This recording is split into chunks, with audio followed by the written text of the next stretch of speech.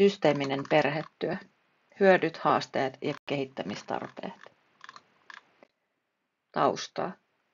Haastateltava työskentelee MDFT-terapeuttina Helsingin kaupungin lastensuojelussa.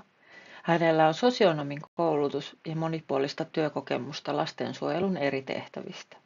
Hän on työskennellyt systeemisen perhetyön parissa noin 3 vuotta sen pilotoinnista lähtien ja osallistuu säännöllisesti reflektioryhmään. Keskeiset hyödyt. Asiakkaat ovat kokeneet työskentelyn korjaavana kokemuksena aiempiin lastensuojelukokemuksiin verrattuna. Työskentely on muuttunut suunnitelmallisemmaksi ja tavoitteellisemmaksi. Asiakastilanteet koetaan tasa-arvoisempina. Perheiden osallisuus ja vaikutusmahdollisuudet ovat lisääntyneet.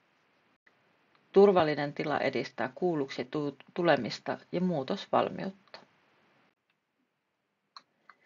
Toimiviksi elementeiksi on osoittautunut erityisen laadukas reflektioryhmätyöskentely, joka voimaannuttaa sekä asiakkaita että työntekijöitä ja lisää muutosvalmiutta.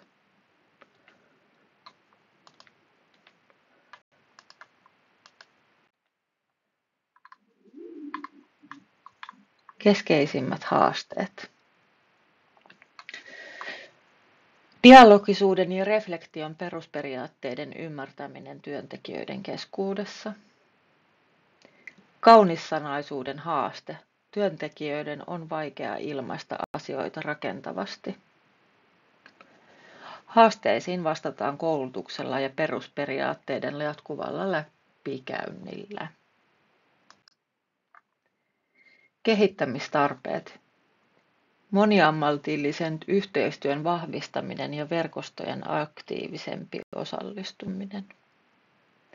Yhteistyökumppaneiden ottaminen mukaan tiimeihin ja reflektioryhmiin. Sinnikäs jalkauttaminen. Koulutuksen lisääntyminen. Kokemusasiantuntijoiden näkökulmien hyödyntäminen.